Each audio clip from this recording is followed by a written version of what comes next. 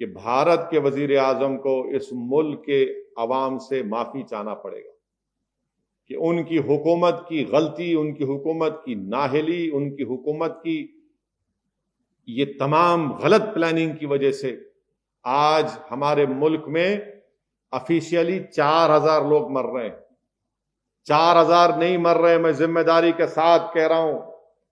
नरेंद्र मोदी जानते हैं कि इस मुल्क में कम से कम रोज 10,000 के करीब लोगों की मौतें हो रही हैं।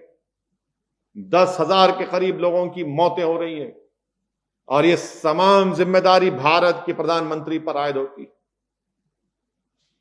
मेरे मुखालिफिन ये समझ रहे होंगे कि असदुद्दीन ओवैसी एक सियासी बात कर रहा है, नहीं कह रहा हूं। पूरे दलाइल के साथ कह रहा हूं कि इस हुकूमत को इनके साइंटिस्ट बोल चुके थे कि कोविड-19 कोरोना का दूसरा सेकेंड वेव आएगा, ये सो रहे थे। इनके पास सब चीज, हर चीज बता दी गई थी, मगर इन्होंने कुछ तैयारी नहीं की। आप बताइए, सुप्रीम कोर्ट के सामने हुकूमत जाकर कहती है, क्या कहती है नरेंद्र मोदी की हुकूमत के नरेंद्र मोदी वजीर आजम और Amit Shah home minister oxygen के जिम्मेदार हैं। अगर वजीर आजम और अमित शाह होम ऑक्सीजन के जिम्मेदार हैं तो फिर सुप्रीम कोर्ट ने अलहदा कमेटी क्यों बनाई? इसलिए बनाई कि सुप्रीम कोर्ट ने देख लिया कि वजीर आजम और होम मिनिस्टर पर भरोसा नहीं किया जा सकता, इसीलिए सुप्रीम कोर्ट ने एक एक्सपर्ट्स की कमेटी बना दी। क्या इस बात को नहीं मानते वजीर आजम कि सुप्रीम कोर्ट के सामने आपका एएसजी उठकर कहता है कि इस मुल्क में ऑक्सीजन की जिम्मेदारी वजीर आजम और वजीर दाखिला बजादे खुद की जिम्मेदारी है? तो फिर आज सुप्रीम कोर्ट ने आपकी बात को मुस्तरद क्यों किया?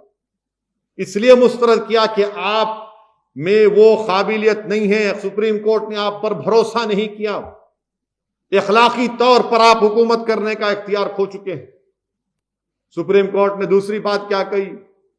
सुप्रीम कोर्ट ने कहा कि आपकी वैक्सीन पॉलिसी भारत के आईन, भारत के संविधान में राइट टू लाइफ एक बुनियादी हक है, उसके खिलाफ है, उसके खिलाफ है। और आप क्या कर रहे हैं?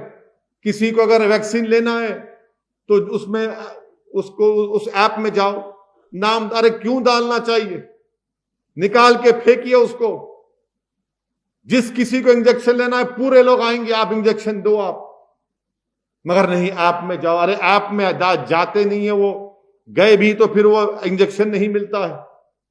नरेंद्र मोदी की हुकूमत ने वैक्सीन नहीं दे रही है स्टेट गवर्नमेंट को।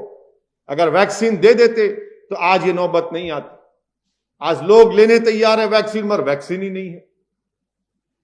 हम बहैसियत मुल्क अमेरिका के इस मौक़िफ़ की तायीद कर रहे हैं कि अमेरिका उस लाइसेंस को, जो दवाओं का लाइसेंस है, अमेरिका कह रहा है कि जो भी चाहे उसको बना ले।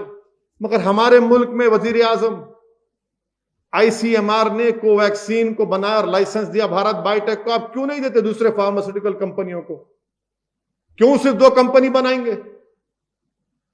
भारत के कानून में आपको इख्तियार है, पेटेंट एक्ट 92 के तहत, रूल्स के तहत, कंट्रोल एक्ट के तहत आप दे सकते हैं, लाइसेंस दीजिए ना। सिर्फ 2 कंपनियां कैसे बनाएंगे 137 करोड़ लोगों के लिए? और अगर इस रफ्तार से चलेगा भी काम तो 2 साल लग जाएंगे। 2 साल में कितने लोग मरेंगे, कितने लोग बीमार पड़ेंगे? ये हुकूमत कहां है? हुकूमत गायब है, हुकूमत कुछ नहीं है, हुकूमत कहीं नजर नहीं आ रही है। हुकूमत की नाअहली हमको कब्रिस्तान में, शमशान में दिख रही है। हुकूमत की नाकामी हमको मरने वालों की आहों और उनकी सिसकियों में नजर आ रही है। कहीं पर भी कुछ नहीं है।